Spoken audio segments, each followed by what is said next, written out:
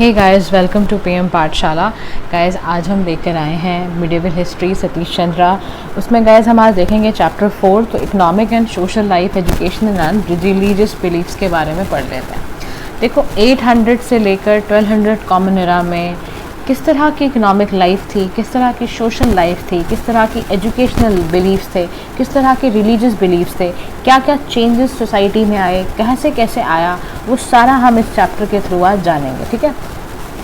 अब देखो, economic and social life जो होती है, आइडियाज़ होते हैं, बिलीव्स होते हैं ना, ये थोड़ा धीरे धीरे चेंज होते हैं if you compare it with the political life. क्योंकि बड़ी जल्दी जल्दी पॉलिटिकल चीज़ों में कोई भी राजा आया, उसने फटाफट अपना एडमिनिस्ट्रेशन को चेंज कर दिया, लाइक दिस हो जाता है ना। लेकिन इन चीज़ों में चेंज आना, कि इकोनॉमिक लाइफ में चेंज आना, इन सब चीज़ों में टाइम लगता है। अब सबसे पहले देखते हैं हम इकोनॉमिक लाइफ ही। तो इकोनॉमिक लाइफ में will considering trade and commerce. अब देखो, स्पेशली जो सिचुएशन थी इस वाले फेज़ में, आप देखोगे यहाँ पे ट्रेड है, कॉमर्स है, इस पीरियड में बहुत सारे हिस्टोरियंस यहाँ पे डिस्कशंस कर रहे हैं। तो कुछ तो एक गाइस ऐसा फेज़ आया जिसमें कि देखने को मिल रहा है कि भाई बहुत स्टेगनेशंस हैं, बीच बीच में डिक्लाइन आ रहे हैं। फॉरेन ट्रेड, जो लॉन्ग डिस्टेंस ट्रेड है विद इन द कंट्री, वो डिक्लाइन हो रहा है। ज़्यादातर लोग लोकलाइज ट्रेड कर रहे हैं, रीजनलिज्म पैदा हो गया है। वर्चुअल एक तरह के गोल्ड कॉइन्स की भी आपको इस पेज में देखने को मिलेगा, एब्सेंस था टिल द 10th सेंचुरी। ठीक है। उसके बाद यहाँ पर ना फिर क्या हुआ कि आप ये बिल्कुल भी मत सोचो कि रोमन एम्पायर गिरा तो इंडिया को बहुत सीरियस इफेक्ट ऐसा देखने को नहीं मिला था। उसका रीज़न ये था क्योंकि दो और एम्पायर थे जिसके साथ हमारा बड़ा अच्छा ट्रेड चल रहा था। वो दो लार्ज एम्पायर्स कौन से थे? बाइजेंटाइन एम्पायर था, एक कॉन्स्टेंटिनोपल था, ससानिद एम्पायर था। इसके थ्रू ना हमारा ईरान रोज़ हुआ और उसकी वजह से हमें भी काफ़ी इंटरेस्ट इंडिया के और ट्रेड में, और इंडियन ओशन रीजन्स में भी ट्रेड अच्छी तरीके से होता था। ठीक है। तो ऐसा फेज चल रहा है।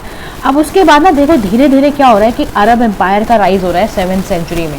अरब ना अपना trade west of the India में आके राइज कर रहे हैं, साउथ ईस्ट एशिया के साथ कर रहे हैं, चाइना के साथ ट्रेड कर रहे हैं। तो आप ये बिल्कुल मत कहो कि ऐसा नहीं था कि भी इंडियन ट्रेडर्स को बिल्कुल एक्सपेंडेड ट्रेड से एक्सक्लूड कर दिया गया।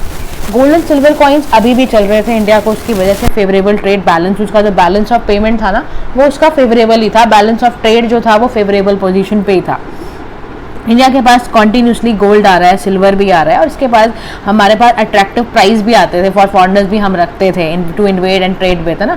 अब समझने की कोशिश करो कि why the gold and silver was use for decorating temple या पैलेसेस को करने के लिए, या ज्वेलरी में, या सिंपली फ्यूचर यूज़ के लिए बरी कर दिया जाता था, क्या करा जाता था, ये सारी बातों का तो कोई ना सेटिस्फैक्ट्री आंसर अवेलेबल नहीं था, ऐसा कुछ नज़र नहीं आया। तो उसके बाद ना यहाँ पे लार्ज नंबर ऑफ स्टेट्स थे जो राइज हुए इसी फेज़ में। उनकी पावर बढ़ी, उनकी अथॉरिटी बढ़ी, उनकी सुपीरियरिटी बढ़ी, उन्होंने लैंड्स पे अपने राइट्स काफ़ी ज़्यादा ले लिए। कई सारे किंगडम जो थे वो एक्सपेंड कर गए, agriculture by building bunds, Wales.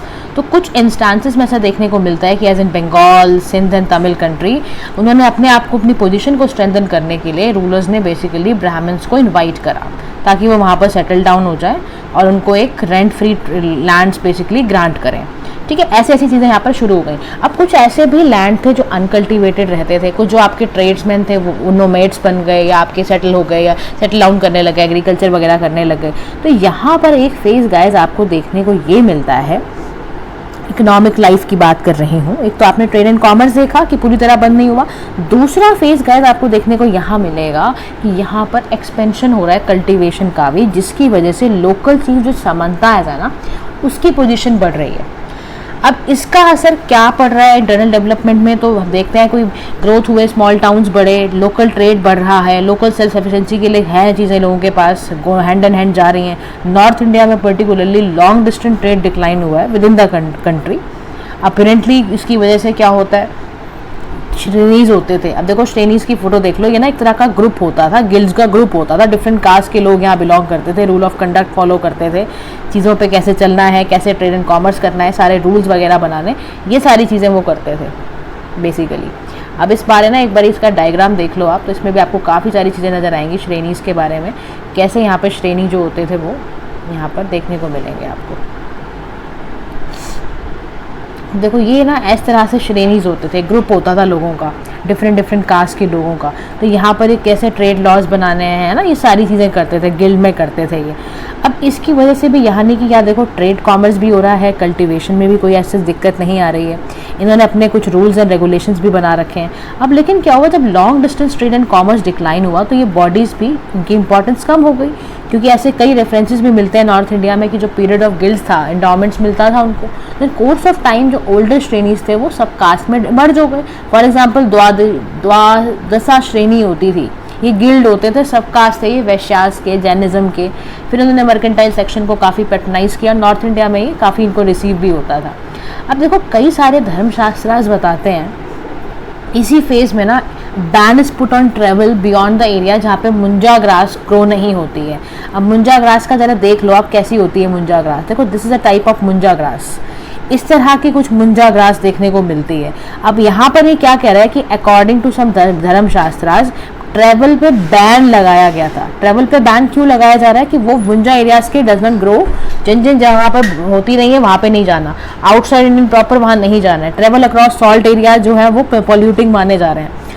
अब इन बैंस को ना बहुत ज़्यादा सीरियसली नहीं लिया गया क्योंकि merchant, philosopher, medicine man, craftsman फिर भी यहाँ जाते थे, बगदाद जाते थे, अदर मुस्लिम टाउन्स में भी जाते थे वेस्ट एशिया में ड्यूरिंग दिस पीरियड।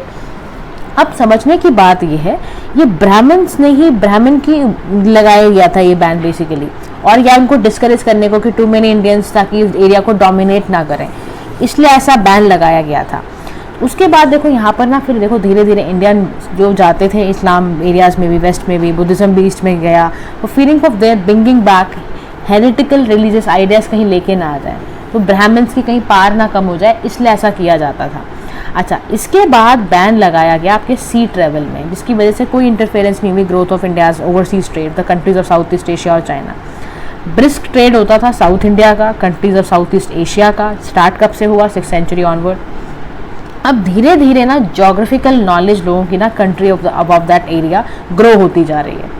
तो पिक्यूलर फीचर जो आपको लैंग्वेज ऑफ द एरिया मिलेगा वो सब ड्रेसेस वगैरह यहाँ देखने को मिलेंगी। और इसी टाइम पे देखो गाइस एक किताब लिखी जा रही है जिसका जिक्र आपको अपने आंसरों में ज़रूर करना है, दैट इज़ हरिसेना की बृहद कथा कोश थी हरिसेना जी की।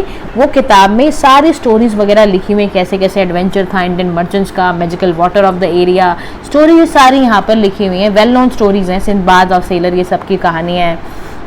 इंडियन मर्चेंट्स कैसे अपने आप को गिल्ड में ऑर्गेनाइज कर रखते थे, और उसमें कुछ किताबों का नाम है नंदेसी, ऐसे मंगत राम, ऐसे ना basically kind of instruments, not the books actually. नंदेसी मैं आपको भी दिखाऊंगी कैसा होता है, ये सब होने लगे। This guild display the spirit of enterprise, यहाँ पे रिटेल कैसे ट्रेड करना है या होलसेल ट्रेड कैसे करना है, हैंडसम ग्रांट्स टेम्पल्स को दी जाती थी। तो इनका यहाँ पर ना एक सेंटर था basically social and cultural life का, एडवांस मनी फॉर ट्रेड। तो जितने भी आपके जो इंडियन ट्रेडर्स होते थे सेटल हो जाते थे उसी कंट्री में जाके, और कई लोग अपनी वाइफ्स को भी ले आते थे, फ्रॉम द लोकल पॉपुलेशन से उठा लेते थे। प्रीस्ट भी ट्रेडर्स को फॉलो करते थे। हिंदू एंड जो आपके बुद्धिस्ट रिलीजन्स होते थे उसके साथ क्या क्या था, आपके आइडियाज़ इंट्रोड्यूस होने लग गए। बुद्धिस्ट टेम्पल ऑफ बोरोबुदुर था, ये जावा में था। हिंदू टेम्पल इन अंगोकर वाट, ये कम्बोडिया में। यहाँ पर मतलब बताया कि देखो कल्चर मैं आपको बता रही हूँ कि ट्रेड की वजह से ना कल्चर भी ट्रेवल करते हुए जा रहा है, जैसे बुद्धिज़्म ट्रेवल करते हुए जा रहा है, वो ट्रेड को भी, कल्चरल रिलेशंस भी इंडिया से बढ़ रहे हैं, सारी चीज़ें मिंगल होती चली जा रही हैं। उसके बाद ना यहाँ पे ना लार्ज मेजर में इंट्रोडक्शन भी किया गया Indian techniques of irrigated rice cultivation, उन्होंने कई साउथ ईस्ट एशियन कंट्रीज़ ने करा। अब जो ना चीफ इंडियन पोर्ट्स थे जो सेलिंग टू जावा, सुमात्रा, है ना, और ये आपका तमनपत्की, तमरूक in basically Bengal. Most of the series stories of the period जो मर्चेंट्स थे वो स्टार्ट्स फॉर सुवांद्रपा, इसे मॉडर्न इंडोनेशिया कहते हैं, कई सारे यहाँ पे शुरू हो गए। अब अकाउंट ऑफ प्रॉस्पेरिटी में देखोगे तो China had become the main focus of trade in the Indian ocean, क्योंकि जो चाइनीज थे ना बहुत ज़्यादा ना स्पाइसेस कंज्यूम करते थे, चाइनीज़ प्रोडक्ट में या चाइनीज़ खाने में डालते होंगे, तो ये इंपोर्ट करते थे साउथ ईस्ट एशिया से या इंडिया से। और ये इंपोर्ट भी करते थे आइवरी भी, जो आपको सबसे ज़्यादा अफ्रीका से बेस्ट मिलती थी। ग्लासवेयर अपना ये वेस्ट एशिया से लेकर आते थे। मेडिसिनल हर्ब, ये सारी कमोडिटीज़ भी रखते थे ये। तो जनरली जो इनके प्रोडक्ट थे ना वो अफ्रीका से, वेस्ट एशिया से, and did not go beyond Malabar in south India, उसके बाहर नहीं जाते थे। कोई बहुत सारी जो चाइनीज़ शिप्स थी वो मुलक्कस यहाँ पर अपना कभी नहीं भी घूमे ऐसी जगहों पर, तो बहुत सारे जो ट्रेडर्स थे वो ऐसे ऐसे यहाँ पर मालाबार में, बंगाल में, सब में घूमने लग गए, क्योंकि तलाश थी अच्छे रिसोर्सेज की। तो मेन जो सी पोर्ट था for foreign trade in China वो इस पीरियड में जो था वो कैंटून था, कनरू था, अरब ट्रेवलर्स इसको कहते हैं। अब बहुत सारे जो आपके बुद्धिस्ट स्कॉलर्स थे went from India to China by the sea route. Chinese chronicles ने बताया कि नंबर ऑफ इंडियन मॉन्क्स जो चाइनीज़ कोर्ट में थे वो आपके close to 10th and beginning of 11th century में रहे। एक यहाँ पर कैंटून रिवर थी जो शिप से फुल थी फ्रॉम इंडिया, पर्शियन, अरेबिया। तो यहाँ पे जो है याद रखना, जो कैंटून रिवर के है ना, उसमें 3 मेन हिंदू टेम्पल्स भी इंडिया जहाँ पे रिसाइडेड इंडियंस रहते भी थे। चाइनीज सीज ने भी यहाँ के जापानीज रिकॉर्ड से ही पता चलता है कि कैंटून एक तरह का होता था। अच्छा, इंडियन रूलर्स में पर्टिकुलरली पाला थे, सेना रूलर्स थे, बंगाल के, पलवा के, चोला रूलर्स थे। सब ने क्या करा, इनकरेज करा चाइनीज एम्प्रेस के साथ, एम्बेसीज के साथ ट्रेड करा। इवन आपको याद होना चाहिए, चोला रूलर्स के बारे में जब हम पढ़ रहे थे, राजेंद्र वन, उन्होंने ना अपना नेवल एक्सपीडिशन भी भेजा था अगेंस्ट मलाया नेबरिंग कंट्रीज, ताकि वो इंटरफेरेंस ट्रेड विद चाइना का बंद करें। मतलब हमारा बहुत अच्छा ट्रेड इनके साथ रहा है। फिर growth of India foreign trade in the area was based on strong maritime tradition भी हमारे पास था। शिप बिल्डिंग हम खुद करते थे, हमारे स्किल्स एंड ट्रेडर्स की ये सारे जो स्किल्स वगैरह थे ये बड़े हमारे लिए इंपॉर्टेंट थे। चाइनीज ट्रेड जो था ना बड़ा फेवरेबल था हमारी कंट्री के लिए, इसलिए हमें ज़्यादा लगता था कि उनके साथ ट्रेड जरूर करो। तो इंपॉर्टेंट फैक्टर क्या था हमारा, क्यों उनके साथ ग्रोथ होता है, क्योंकि चाइनीज शिप्स थी, है ना, इस वजह से। ऊपर से ना हमने एक इन्वेंशन भी हो गई थी, use of marine and compass का इन्वेंशन हो गया था, which later traveled from China to the west. तो already Indian science and technology was left behind. तो यहाँ पर दिक्कत थी। देखो इंडिया का तो शिप में gradually gave way to the Arab, वहाँ पे चला गया था। Chinese ships which bigger and faster, वो सब पे हम चले गए थे। तो मतलब अल्टीमेटली ना देखो चाइना क्यों बढ़ता चला गया, क्योंकि टेक्नोलॉजी भी साथ साथ ट्रेवल करके उसके साथ चल रही थी। हमारे साथ ऐसा नहीं था। तो जितने भी इंडियन ट्रेडर्स थे वेस्टर्न एरियाज़ के, साउथ ईस्ट एशिया के, वो चाइना का ज़्यादा बढ़ grew steadily, and this led to the trade was taken by South India, ये सब कुछ ले गया। तो ये भी था। उसके बाद देखो यहाँ के लोगों की कंडीशन अगर आप बात करोगे तो कोई डिक्लाइन देखने को नहीं मिलता हाई स्टैंडर्ड इंडियन हैंडीक्राफ्ट्स में। टेक्सटाइल्स हैं ये सब पर, मतलब इस पीरियड के अंदर बड़ा मस्त सा यहाँ पर हाई स्टैंडर्ड जो थे, there was no decline at all. Indian agricultural flourishing condition में था। बहुत सारे अरब ट्रैवलर्स आते थे और बताते थे कि भैया इंडिया की जो फर्टिलिटी सॉइल की है बहुत अच्छी है, यहाँ पर इंडियन पेजेंट्स की स्किल्स बहुत अच्छी हैं।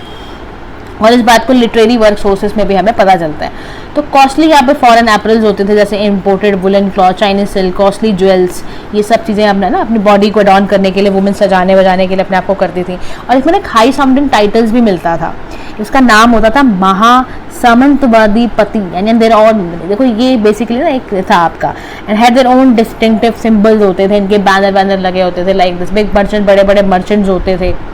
और वो उन्होंने फिर बहुत सारे मिलीनियर्स, एक कोटिसवरा, एक मिलीनियर को बोला जाता था कोटिसवरा। तो टर्म्स याद रखना, koteshwara is related to millionaire. Chalukyan empires में होता था ये, ह्यूज बैनर्स लगाते थे, बड़े बड़े रिंगिंग बेल्स लगाते थे, अपने घर को होस्ट करते थे। नंबर ऑफ हॉर्सेस बहुत सारे थे, एलिफेंट बहुत सारे थे, क्रिस्टल फ्लोर्स होते थे टेम्पल्स पे, वास्तुपाला, तेजापाला मिनिस्टर्स होते थे गुजरात में। सारे के सारे यहाँ पे दिखाया कि रिचेस्ट मर्चेंट्स भी आपको कई सारे स्टेट्स में देखने को मिलेंगे।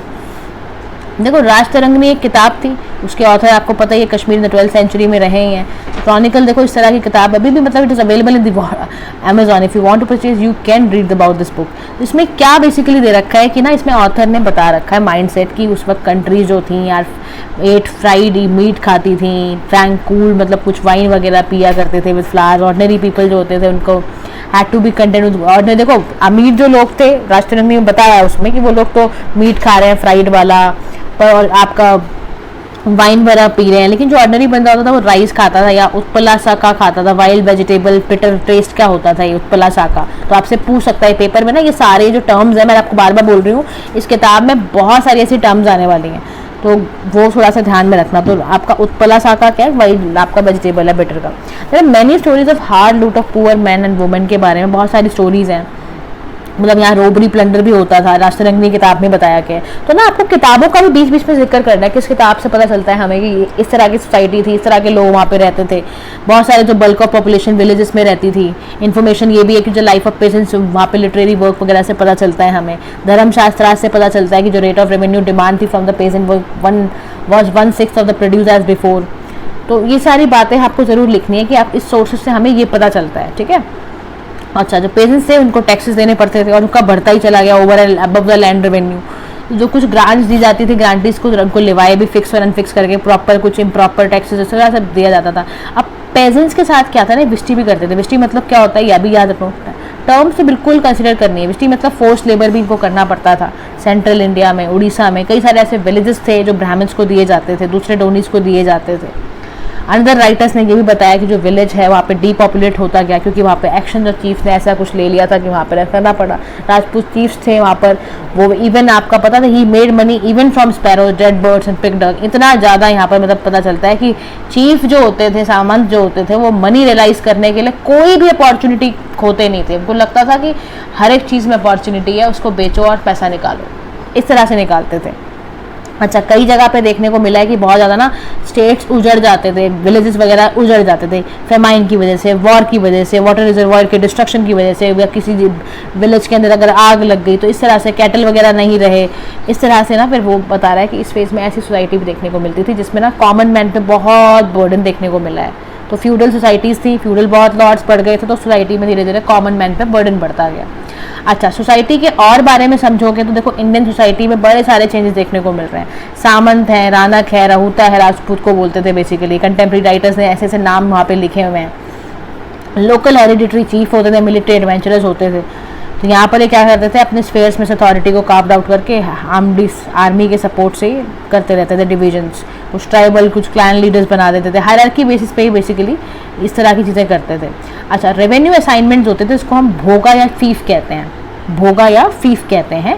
यहाँ पर ग्रांट किया जाता था बाय रूलर, ऑफिसर्स को दिया जाता था, सपोर्टर्स को दिया जाता था, इस तरह से। किंगडम में इस पीरियड के अंदर कैसा था, लार्ज में आपको बेसिकली लार्ज एरिया जो होते थे वो डिफीटेड एंड सबऑर्डिनेटेड रूलर्स होते थे। कॉन्स्टेंटली वो रीअसेट करने की कोशिश करते थे अपनी इंडिपेंडेंस, ये सब बातें थी। उसके बाद क्या था कि अर्लियर चैप्टर में जैसे हमने देखा भी कि बंगाल में जहाँ पे member of families held office है ना, महामंत्री के फॉर 4 जनरेशंस के उनको बना दिया गया है। सिमिलरली मोस्ट ऑफिसेज वो आपके मोनोपोली होती थी कई फ्यू फैमिलीज़ की, उनके तो मज़े हैं, बाकी सबको दिक्कत है। अब कई हिस्टोरियंस ने बोला है यहाँ की जो सोसाइटी है ना, इस फेज़ की पूरे 800 to 1000 वाली, ये आपका फ्यूडल सोसाइटी है।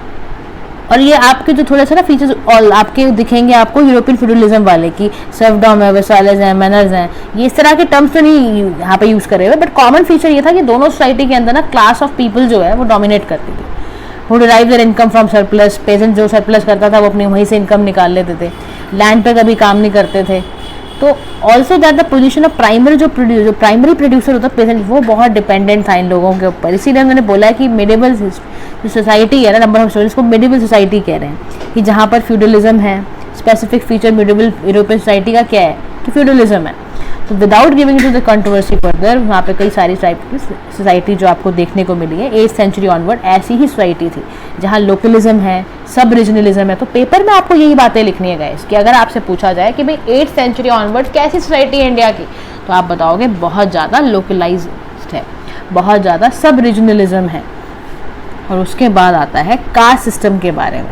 कास्ट सिस्टम के बारे में क्या लिखा जा रहा है कि ब्राह्मण्स हैं और राजपूत्स हैं।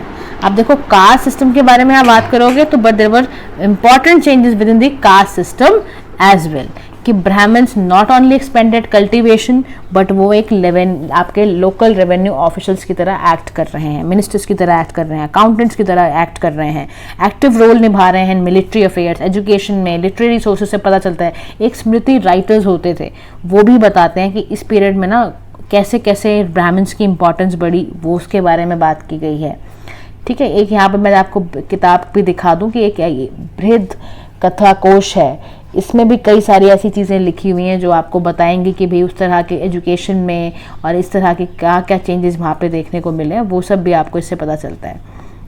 अच्छा, but when of the thinking, यहाँ पर जो शास्त्रार्थ थे वो रिफ्लेक्ट सोशल रियलिटी को नहीं बताते हैं यहाँ पे, क्योंकि बहुत सारे रिच मर्चेंट हैं, हिंदू हैं, जैन हैं, पावरफुल क्लास है लैंडेड चीफ की, है ना। और यहाँ पे एक सेक्शन और है, उसको राजपूत कहते हैं। यहाँ पे लार्ज नंबर ऑफ स्टेट्स में राजपूत रूल कर रहे हैं। राजपूत जो है वो एक लीडर ऑफ क्लैन की तरह डोमिनेट करते हैं लैंड्स को भी, आर्म फोर्सेस को भी। ठीक है, तो यहाँ पे ना एक कॉन्ट्रोवर्सी है among scholars about the origin, कैसे ओरिजिनेट हुए राजपूत, कैसे कैसे आए। कुछ मिक्स ओरिजिन भी थे, कुछ फॉरेन डिसेंडेंट भी थे, शाकाज हैं, हुन्स हैं, इंडिजिनस ट्राइब भी थी, ब्राह्मण्स भी थी। तो सब इस फेज में ना ये सारी चीज़ें हो रही हैं, इस फेज में ये सारे लोग राज कर रहे हैं पूरी सोसाइटी के अंदर। महाभारत में भी मेंशन है ना, आस्ट्रियाज फैमिली के बारे में भी, क्षत्रियास फैमिली के बारे में भी। तो modern scholarship lays emphasis on the process by which people belonging to different social groups में अलग अलग तरह से हैं। अच्छा, यहाँ पर एक टर्म आपको देखने को मिलेगी, राजपुताइजेशन।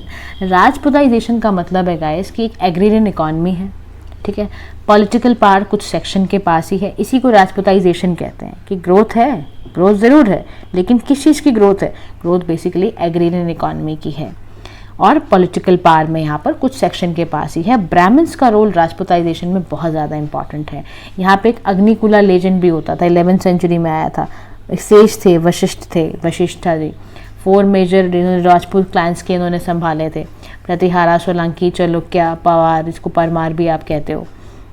एंड द चौहान या चौहान्स भी कहते हैं इनको, ठीक है। तो ड्यूरिंग दिस फेज आपको क्या मिलेगा, ब्राह्मण्स ने बहुत सारी जिनोलॉजी लिखी है रूलिंग फैमिलीज़ के ऊपर, कैसे कैसे वो एंशंट क्षत्रिय फैमिलीज से लिंक्ड है उसके बारे में बताया हुआ है। गुर्जारा प्रतिहारा क्या थे, बेसिकली इनका ओरिजिनेट आपके गुर्जारा स्टॉक से हुआ है, इनको लक्ष्मण से कैसे इंडिकेट करके उन्होंने बता रखा है।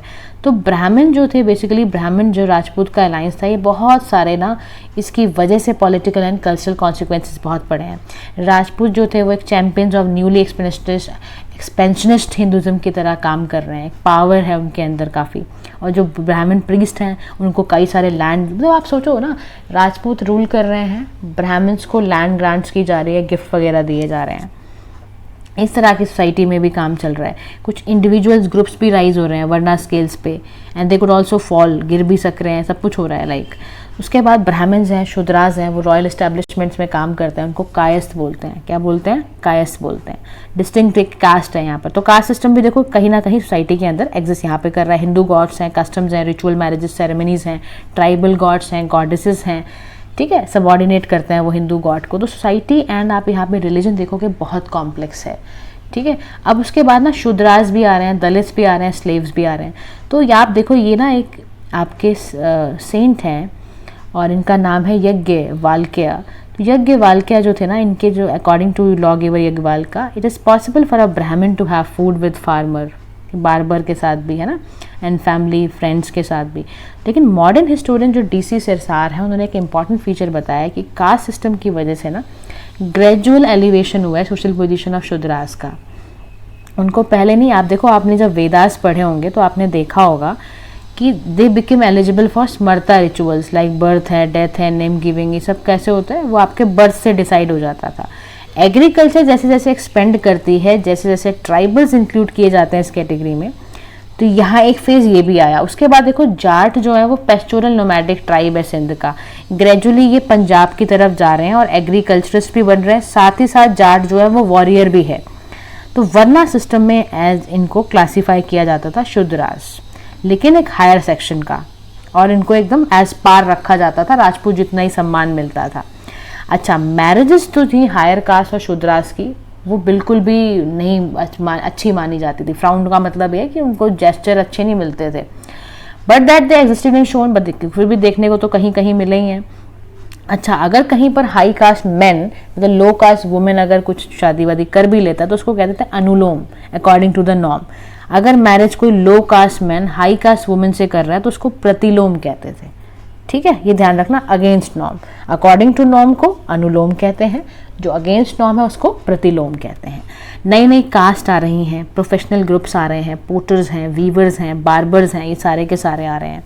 अच्छा, as compare to the Shudras, जो दलित की पोजीशन है ना वो डिटोरिएट हो रही है, क्योंकि जो दलित है उसको कैसे कैसे प्रोफेशन में काम करने को मिल रहा है, स्केवेंजिंग वो कर रहा है, डेड एनिमल्स की स्किनिंग को वो निकाल रहा है, शू मेकर है वो हंटर है। अब these people were called the Antyaja कहते हैं, या इसको अनटचेबल्स कहते हैं, and form the 5th social grade इसको बोला गया है। 4 ग्रेड तो हमें पता ही है ना, कौन कौन से, ब्राह्मण, क्षत्रिय, वैश्य, शूद्रा। एक 5th ग्रेड है जिसको अंत्यजा बोला जा रहा है, और वो इस तरह के काम करते थे, मतलब उनकी जो पोजीशन है वो शूद्रास से भी बदतर थी हालत उनकी, ठीक है। तो ये एक बात है। उसके बाद यहाँ पे ना they were often required to live away from the areas. अब जो ऐसे लोग हैं जो अंत्यजा हैं, जो इस तरह के काम करते हैं, स्केवेंजिंग वगैरह, इस तरह के लोगों को बेसिकली आपको अलाउड नहीं था कि ये, थोड़ा उनको बोला था तो भैया दूर दूर रहो अपर कास्ट से। इसका डिस्कशन भी स्मृतिज में किया गया है, अंत्यजय वॉज पोल्यूटिंग और नॉट, मतलब उनका कुछ पता नहीं चलता कि क्या बोलोगे ऐसे लोगों को।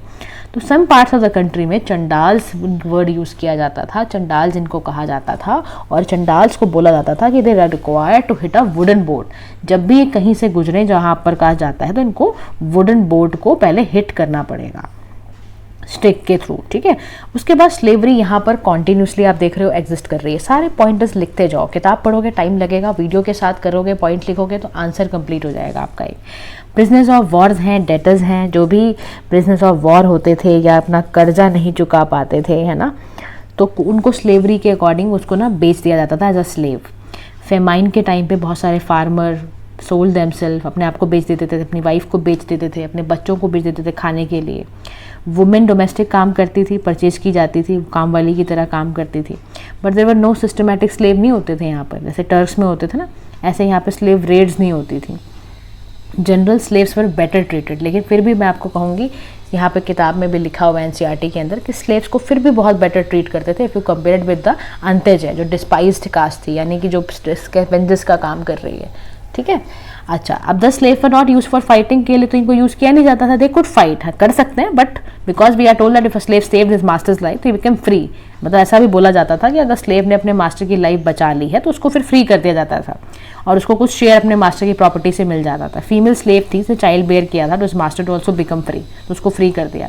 तो in general emancipation of a slave was considered a good deed, ठीक है, क्योंकि वो एक अच्छा उसका रूल्स प्रिस्क्रिप्शन थे तो वो ठीक रहता था।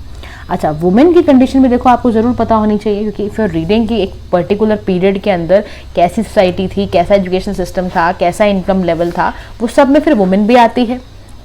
अब देखो, वुमेन अर्लियर हमने क्या देखा है, बड़ा इन्फ्योरिटी कॉम्प्लेक्स का शिकार है, मेंटली बहुत इन्फीरियर मानी जाती है। उसकी ड्यूटी क्या थी, अपने हस्बैंड्स को ब्लाइंडली ओबे करना, है ना। राइटर्स ने ये भी बोला है कि जो वाइफ की ड्यूटी है वो पर्सनल सर्विसेज देना होता है, अपने हस्बैंड को देना, अपनी फैमिली को देना, है ना, और जो भी वो कहे वो करना, और एक तरह से आप कह लो कि सर्वेंट की तरह निभानी सारी ड्यूटीज। बट ये as the condition of the husband should follow the rightest path and should be free from had as well as jealousy towards a wife, है ना। बट यहाँ पे ये चीज़ें ऐड की गई हैं कि वुमेन कॉन्टिन्यू टू, उसको पहले देखो कॉन्टीन्यूसली यहाँ पर भी वेदास उसको पढ़ने नहीं दिए जा रहे हैं। मैरिजेबल गर्ल्स की जो एज है वो उसको लोअर किया गया है, उसके पास हायर एजुकेशन की अपॉर्चुनिटीज़ को डिस्ट्रॉय कर दिया गया है। जितनी भी वुमेन टीचर्स हैं डिक्शनरीज में written during the period shows that poor state है हायर एजुकेशन का among women. However from some of the dramatic works of this period में देखने को मिलते हैं जो कोर्ट लेडीज हैं, क्वींस मेड्स हैं, waiting for capable of composing excellent Sanskrit and Prakrit verses लिखनी है। बहुत सारी स्टोरीज से पॉइंट आउट होता है कि जो स्किल है प्रिंसेस की, the fine art specially in painting and music, तो डॉटर्स ऑफ हाई ऑफिसर्स हैं, कर्टिशियंस हैं, सारे के सारे, है ना। वो मतलब देखो, दो सोसाइटी में दो तरह की चीज़ें, एक पुअर क्लास वुमेन है, उसके साथ उसको हायर एजुकेशन का कोई हक नहीं है। एक तरफ इफ लिविंग इन दी राजा की फैमिली में अगर आप बिलोंग करते हो तो वहाँ पर आपको संस्कृत वर्सेस पढ़ने का अधिकार है, आप प्राकृत पढ़ सकते हो, आप म्यूजिक सीख सकते हो, आप फाइन आर्ट सीख सकते हो, आप कई सारी चीज़ें कर सकते हो, हाई ऑफिशियल में भी आप बन सकते हो, हाईली स्किल्ड भी आप बनाए जा सकते हो, ठीक है। तो एज फॉर मैरिज जो स्मृति राइटर्स है ना वो बताते हैं जो गर्ल्स है ना उनको अपने पेरेंट्स को छोड़ के एज जो होती थी 6 से 8 साल में, सोचो क्या उम्र होती है 6 से 8 साल, उस समय ऐसा होता था कि स्मृति राइटर बताते हैं गर्ल्स को अपने पेरेंट्स को छोड़ के 6 से 8 साल की उम्र में जाना पड़ता था। 8th ईयर में तो बिल्कुल जाना है, जैसी अटेन करी प्यूबर्टी हिट हुई बस बिल्कुल बाहर निकलो घर से। री मैरिज अलाउड थी अंडर सर्टेन कंडीशन, जहाँ पर हस्बैंड है या तो मर गया है या इंपॉर्टेंट है या आउटकास्ट है तो इस तरह में कर सकते थे। अच्छा, जनरली बोला जाता है कि वुमेन को ना वुमेन पे ज़्यादा विश्वास नहीं किया जाता था, उनको बिल्कुल एक्सक्लूड करके रखा जाता था बस उसको बोला जाता था कि भाई सारे जितने भी मेल रिलेशन हैं इसको रेगुलेट करेंगे, उसका फादर हो गया, उसका हस्बैंड हो गया, उसका सन हो गया, ये सारे ब्रदर हो गया, इस तरह से। तो how within the home they were honoured, घर के अंदर उनको ओनर दिया जाता था, सम्मान दिया जाता था। अगर हस्बैंड अबेंडेंड इवन अगर वाइफ को गिल्टी पा लिया तो वाइफ को बेचारी को मेंटेनेंस भी देनी पड़ती थी। फिर धीरे धीरे ना प्रॉपर्टी की बातें आई कि भाई प्रॉपर्टी वुमेन के लिए भी इंक्रीज करो, उनको राइट दो। तो प्रिजर्व करने के लिए property of a family women were given the right to inherit the property of their male relation. देखो इसमें भी प्रिजर्व करने के लिए तो कुछ रिजर्वेशन दी जाती थी, वो जो विडो होती थी उसको एंटाइटल किया जाता था एंटायर स्टेट ऑफ जो भी उसके हस्बैंड का प्रॉपर्टी थी, है ना, अगर वो मर गया है तो अगर सन भी नहीं है उस केस में वुमेन को मिलती थी।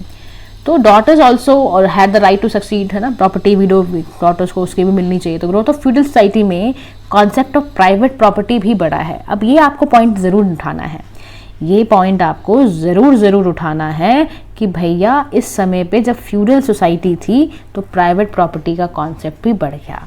प्रैक्टिस ऑफ सती बिल्कुल होती थी, कई राइटर्स ने बताया है कि बिल्कुल होती थी, लेकिन कई राइटर्स ने इसको कंडेम भी किया है। तो एक अकॉर्डिंग टू अरब राइटर थे सुलेमान, उन्होंने देखा कि भाई वाइफ्स, बहुत सारी वाइफ्स हैं किंग की, और किंग मर गया तो उसी फ्यूनरल पायर में उसको भी मरना पड़ रहा है, सती प्रथा यानी कि थी। तो ग्रोथ ऑफ जैसे जैसे इस प्रैक्टिस को बढ़ा देखते हुए, है ना, रिजल्टेंट डिस्प्यूट भी हुए, तो ये सब इसीलिए बढ़ता चला गया क्योंकि प्रॉपर्टी से रिलेटेड कि वुमेन ज़्यादा प्रॉपर्टी ना करे, तो इसलिए सती कर देते थे उनको। तो अपर क्लास वुमेन जो थे वो आपके एक्सक्लूड की जाती थी, generally were kept away from public gauge से, उसको अपर क्लास वुमेन को भी रखा जा रहा है। पर्दे का सिस्टम नहीं था, वुमेन को कोई ज़रूरत नहीं है पर्दा वर्दा करने की। अबू ज़ैद एक 10th सेंचुरी के अरब ट्रेवलर थे, उन्होंने कहा कि जितने भी इंडियन प्रिंसेस हैं while holding court allowed up their women to be seen unveiled, ठीक है। नॉट एक्सक्लूडिंग इवन फॉरनर्स के सामने भी कोई ज़रूरत नहीं है। तो उड़ीसा में, कश्मीर में बहुत सारी जो वुमेन थी rule as queens in their own right.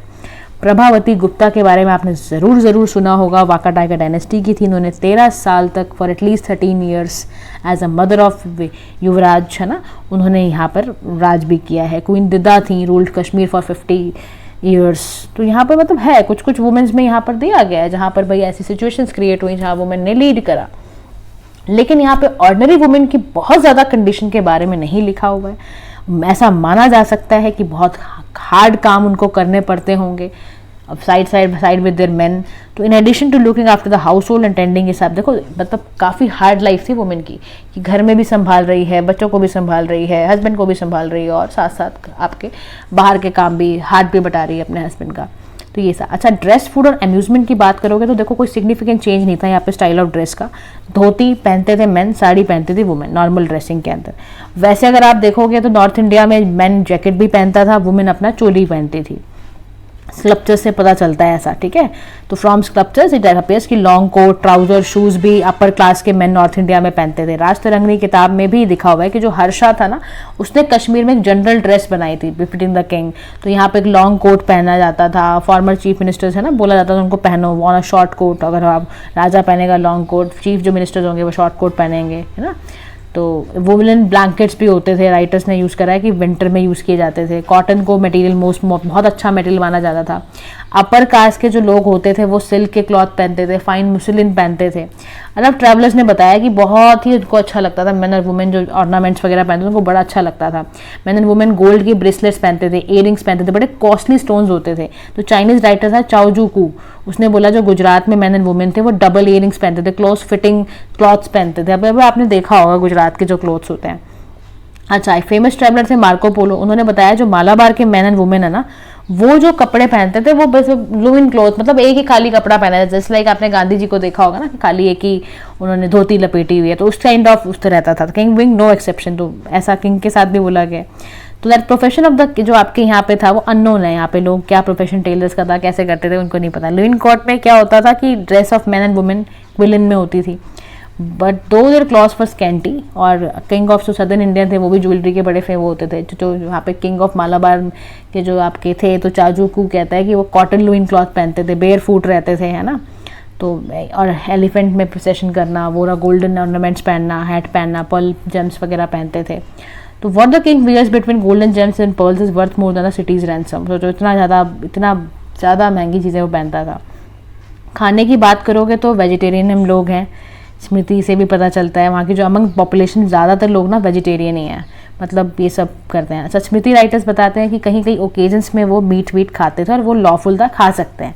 तो from it that it appears की जो पीकॉक है, हॉर्स है, वाइल्ड ऐसे ही सारे के सारे लॉफुल फूड की तरह यूज़ किए जाते थे। पिग वगैरह भी खाते थे। देखो, तो अरब राइटर्स ने बहुत कॉम्प्लीमेंट करा है कि जो इंडियंस थे ना, for the absence of use of intoxicant वगैरह नहीं थे, मतलब शराब वराब का इतना वो पीते पाते कम थे। तो आइडियलाइज पिक्चर उन्होंने अरब ट्रैवलर्स ने बताई है हमारे लिए। तो लिटरेरी वर्क्स ऑफ पीरियड का देखा गया, कई सारे वाइन ड्रिंकिंग भी लिटरेरी सोर्सेज से, वाइन ड्रिंकिंग का भी पता चलता है कि सेरेमोनियल में पिया जाता था। कुछ जो अरब आपके स्मृति राइटर्स हैं उन्होंने वाइन ड्रिंकिंग के बारे में भी बोला हुआ है। अच्छा, एजुकेशनल साइंस है, आपके रिलीजियस लर्निंग की बात करोगे तो देखो रीडिंग एंड राइटिंग ना स्मॉल सेक्शन लोगों तक थी। ब्राह्मण्स थे, अपर क्लास के कायस्थ थे, उतने ही लोगों तक ही सीमित था। तो बहुत मास एजुकेशन अगर आप कहो तो इस समय पे मास एजुकेशन तो नहीं थी। समटाइम जो टेम्पल्स थे वो आपके अच्छे से अरेंजमेंट करते थे एजुकेशन हायर लेवल पर। एक स्टूडेंट था, उसको जाना पड़ता था अपने टीचर के घर पे, या उसको बुलाना पड़ता था इनविटेशन दे के हायर एजुकेशन के लिए। तो student particularly those who were poor to pay fees were expected to do personal service to the teacher, ऐसा होता था। तो बाकी तो फिर यहाँ पे ग्रामर, लॉजिक, फिलॉसफी, वेदास ये सब पढ़ाए जाते थे। नीति शास्त्र है ना, कमादका का नीति सारा है, तो वो भी। तो कायस जो थे ना, उनके अपनी टीचिंग से सिस्टम थे, एडमिनिस्ट्रेशन पढ़ते थे, अकाउंट्स पढ़ते थे, वो साइंस एंड पढ़ते थे, मैथमेटिक्स पढ़ते थे, एस्ट्रोनॉमी, मेडिसिन वगैरह पढ़ते थे। तो अरब के एस्ट्रोनॉमर थे अबू मसीर ऑफ बल्क, उन्होंने बनारस में 10 साल पढ़ाई की है, मतलब फॉर 10 ईयर्स उन्होंने वहाँ पे रहे हैं ना, तो वहाँ पे पढ़ाई की 9th सेंचुरी। तो responsibility, giving education for a craft, profession, ये सब गिल्ड्स सिखाते थे, इंडिविजुअल फैमिलीज उन्हें सिखाती थी। ठीक है। उसके बाद एजुकेशन बहुत फॉर्मल काइंड भी थी, ग्रेटर एम्फेसिस उनको सेकुलर सब्जेक्ट्स पे किया जाता था। नालंदा की यूनिवर्सिटी थी, वहाँ पर ये सब सिखाया जाता था। ठीक है, कई सारे मठों में भी पढ़ाई की जाती थी, तो ये सब था। वहाँ पे भी रिलीजन एंड फिलोसफी डिस्कशन चलते थे। Maths and other numerous centre of education भी थे। मठ बेसिकली नॉट मैथ, बहुत नंबर ऑफ मठ भी थे, सेटअप किए गए थे वो साउथ इंडिया में, फॉर एग्जाम्पल मदुरई में, श्रीनगरी में। अच्छा, सर्जरी की बात देखो, अगर आप ना साइंस की ग्रोथ देखोगे तो वो स्लो डाउन है स्पेस के अंदर, वो बहुत ज़्यादा अच्छी नहीं मानी जा रही, बिकॉज सर्जरी डिक्लाइन हो गई थी। क्यों डिक्लाइन हो गई थी? क्योंकि यहाँ के लोगों का मानना था भाई ये प्रोफेशन ठीक नहीं है, डेड बॉडीज को डिसेक्ट करना, मारना, काटना, ये सब ठीक नहीं माना जाता था। तो surgery became the profession of barbers basically. तो एस्ट्रोनॉमी यहाँ पर ग्रेजुअली पुश हुई, बैकग्राउंड ऑफ एस्ट्रोलॉजी। ठीक है, तो हावर्ड सम एडवांसमेंट किए गए आपके मैथमेटिक्स में। लीलावती भास्कर 2 की किताब है, उसमें भी स्टैंडर्ड ऑफ टेक्स्ट बताया गया किस किस तरह से लिखा गया था। फिर ना इंडियन साइंस में स्टेगनेशन आ गई, अब क्योंकि इस तरह की चीज़ शुरू हो गई थी कि भाई सर्जरी नहीं करना चाहिए, है ना, मतलब लोगों का ध्यान कुछ और चीज़ों में जा रहा था। तो एक सेटबैक था फिर अर्बन लाइफ कम्युनिकेशंस का, है ना, रिलीजियस एक ऑर्थोडॉक्सी रिलीजन्स बहुत ज़्यादा पैदा होने लग गए थे। अच्छा, अल-बिरूनी जो थे वो आपके राइटर्स थे, उन्होंने भी एक बात कही कि नोटेड साइंटिस्ट और स्कॉलर थे ना सेंट्रल एशियाज के, who lived in India for about 10 years in the early part of 11th century में रहे थे वो, तो ग्रेट एडमायरर थे वो इंडियन साइंस के, लर्निंग के। तो अल-बिरूनी ने बोला भाई इंसुलर एटीट्यूड जो लर्न पीपल का आया वो कैसे इतना ब्राह्मण्स की वजह से आया, क्योंकि वो बेवकूफ़ों वाली बातें करते लग गए थे कि भाई ये नहीं काटना चाहिए, हमारा प्रोफेशन नहीं है लाइक दिस। तो ये सब की वजह से काफ़ी सेटबैक साइंस को मिला, क्योंकि बिलीव्स बहुत ख़राब होते चले गए ना। उसके बाद रिलीजियस मूवमेंट एंड बिलीव्स की बात करोगे तो रिवाइवल हुआ। देखो यहाँ पर एक्सपेंशन हो रहा है हिंदुज़म का, और बुद्धिज़्म और जैनिज्म डिक्लाइन हो रहे हैं। इंटेलेक्चुअल लेवल पे भी लोगों को पसंद नहीं आ रहा है। तो अकॉर्डिंग टू ट्रेडिशन जो पांड्या किंग था मदुरई का, वो एग्जीक्यूट हुआ, large number of Jains monk को उसने पकड़ के बंद कर दिया, बंदी बना लिया। सेवाइट प्रीचर थे संबांदर, उनके साथ ऐसा देखने को मिला। टेम्पल्स को ले लिया गया, उनके टेम्पल्स को यूज ही नहीं करने दिया जाता था। तो बुद्धिज्म आप देखोगे सिर्फ एक कन्फाइंड होकर रह गया ईस्टर्न इंडिया के पार्ट में। पाला जो रूलर थे बहुत ज़्यादा पेट्रॉन थे, वो बहुत ज़्यादा बुद्धिज्म को मानते थे, लेकिन पाला रूलर भी आप देखो ना डिक्लाइन हो गए 10th सेंचुरी में। फिर एक बुद्धिज्म की लहर ही सारी खत्म होती चली गई। तो फिर उसके बाद प्रैक्टिकल फिलॉसफी ये सब प्रीच किया जाता था वहाँ पर, आपको पता ही है, प्रीस्टहुड वगैरह में। तो वर्शिप नाउ बिकम इलैबोरेट होने लग गई, मंत्र उच्चारण ये सब शुरू हो गए, समझ रहे हो आप। तो फिर उसके बाद ना गोरखनाथ यहाँ पे टेम्पल होता था, नाथपंथीस के लिए होता था। वो फॉलोअर्स जो होते थे ना उसको नाथपंथीस कहते थे, गोरखनाथ को जो फॉलो करते थे। यहाँ पे तंत्र विद्या वगैरह ये सब सिखाने लग गई। तो धीरे धीरे क्या हुआ, पूजा इतनी इलैबोरेट हो गई कि लोगों ने ना रिचुअल ये सब करने शुरू ज़्यादा कर दिए। तो क्या हो गया, बुद्धिज्म डिक्लाइन होने लग गया। जैनिज्म पॉपुलर कहीं कहीं पे ट्रेडिंग कम्युनिटीज़ में दिखता था, जैसे चालुक्यन रूलर्स जो गुजरात के थे ना, वो जैनिज्म को फॉलो करते थे। और इसकी वजह से देखो आपको दिलवारा टेम्पल दिखेगा, माउंट आबू अगर आप गए हो तो आपने डेफिनेटली टेम्पल भी देखा होगा। तो वहाँ पर एक मैग्निफिसेंट टेम्पल यहाँ पर था। उसके बाद परमारा रूलर जो मालवा के थे, उन्होंने भी जैन सेंट की बहुत बड़ी मूर्ति बनाई थी जो महावीर की थी ना, उनको वर्शिप किया जाता था। तो परमारा रूलर कर रहे हैं, और आप देख रहे हो कहीं ना कहीं चालुक्यन रूलर्स कर रहे हैं। उसके बाद जो गंगा रूलर्स थे कर्नाटका के, वो भी जैनिज्म के पेट्रॉन थे। मतलब आप देखो कहीं ना कहीं जैनिज्म फिर भी इस समय चल रहा है, क्योंकि जैनिज्म के जो 4 गिफ्ट थे ना कि learning, food, medicine and shelter, इसकी वजह से जैनिज्म बहुत पॉपुलर हो रहा था।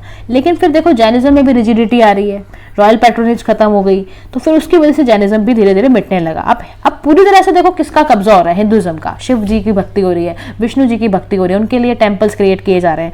ईस्टर्न इंडिया में तारा, एक कॉन्सेप्ट बुद्धा का, दुर्गा, काली, इन सब की पूजा की जा रही है। तो अब चीज़ें ना चेंज हो रही हैं। तो ब्राह्मण्स बहुत ज़्यादा ना element of human equality, freedom ले लेके वो इस पर कब्जा कर रहे हैं। अब धीरे धीरे ये भी देखने को मिल रहा है कि नॉर्थ इंडिया में तांत्रिसिज्म भी आ रहा है, लोग उसकी तरफ भी बढ़ रहे हैं। ठीक है, लोग अब नायनमार से एक भक्ति के अलवर्स थे, मैंने आपको इनके बारे में बताया भी था लास्ट क्लास में। तो लैंग्वेज वगैरह सब की अलग अलग तरीके से लोग आने लग गए हैं। उसके बाद यहाँ पर आपको देखने को मिलेगा एक जगह पे सीरीज ऑफ आचार्यस भी शुरू हो गई है।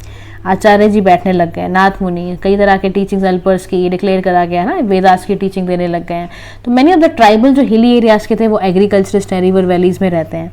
एंड देवर द एरिया जहाँ पर ब्राह्मण्स हैं, न्यू कल्चरल टेक्निक्स सिखाई जा रही है। टेम्पल्स हैं जहाँ पर ट्राइबल गॉड्स को एसिमुलेट कर और उनको भी बताया जा रहा है कि ये भी विष्णु जी से निकल कर आ रहे हैं। तो इस तरह की चीज़ें होनी शुरू हो गई हैं। अब 12th सेंचुरी आते आते क्या है, लिंग्यात, वीर शैवा मूवमेंट चलने लग गई। तो इसके फाउंडर थे भासवा जी, उनके नेफ्यू थे चाना भासवा।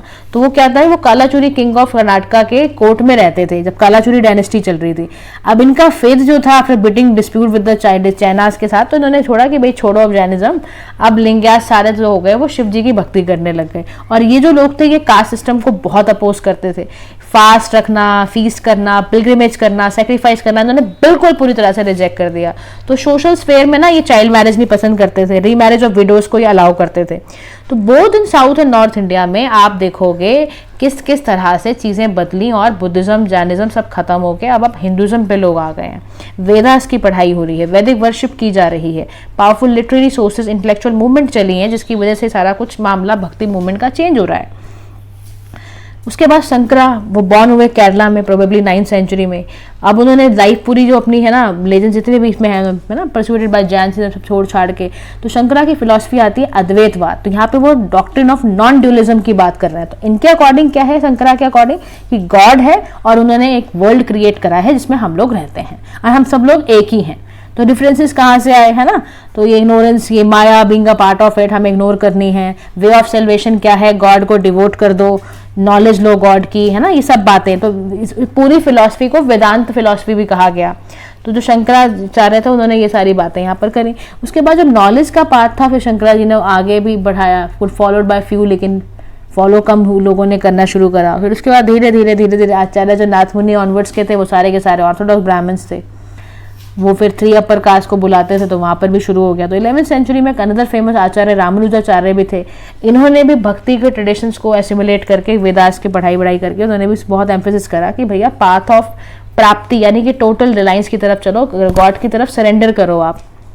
अब इन्होंने रामानुजाचार्य जी ने क्या करा, इन्होंने शूद्रास को भी, दलित्स को भी काफ़ी इन्वाइट करा कि भाई आप भी आओ। तो फिर उन्होंने एक गैप जो खत्म करा ना, ब्रिज किया between the popular movement based on भक्ति या प्रकाश, सब खत्म करके उन्होंने सबको बुलाया।